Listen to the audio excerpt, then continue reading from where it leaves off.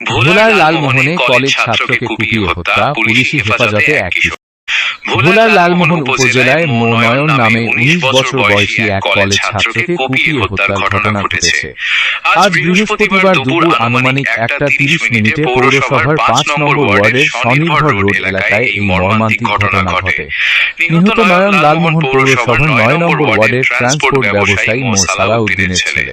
তিনি ডাক্তার আজহার উদ্দিন ডিগ্রি কলেজের একাদশ শ্রেণীর শিক্ষার্থী ছিলেন বলে জানা গেছে। পুলিশ সূত্রে খবর, এই হত্যাকাণ্ডে জড়িত থাকার সন্দেহে আব্দুল্লাহ আল মানিক নামে 18 বছর বয়সী এক কিশোরকে পুলিশি হেফাজতে নেওয়া হয়েছে। মানিক লালমোহন ইউনিয়নের 4 নম্বর ওয়ার্ডের বাসিন্দা মাহবুবুল্লাহ মিয়ার ছেলে এবং লাঙ্গলখালী আব্দুল ওয়াহাব মাধ্যমিক বিদ্যালয়ের 10ম শ্রেণীর শিক্ষার্থী। লালমোহন থানার ভারপ্রাপ্ত কর্মকর্তা আওলাদ হোসেন জানান, খবর পাওয়ার পরপরই পুলিশ দ্রুত ঘটনাস্থলে পৌঁছে পরিস্থিতি নিয়ন্ত্রণে আনে। ঘটনার সঙ্গে সংশ্লিষ্ট সন্দেহে ইতিমধ্যেই একজনকে হেফাজতে নিয়ে জিজ্ঞাসাবাদ করা হচ্ছে।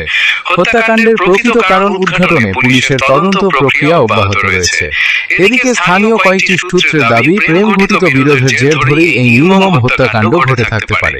তবে এই বিষয়ে পুলিশ এখনো আনুষ্ঠানিকভাবে কোনো মন্তব্য করেনি। এই বর্বরোচিত ঘটনার পর পুরো এলাকায় তীব্র ক্ষোভ ও শোকের ছায়া নেমে এসেছে।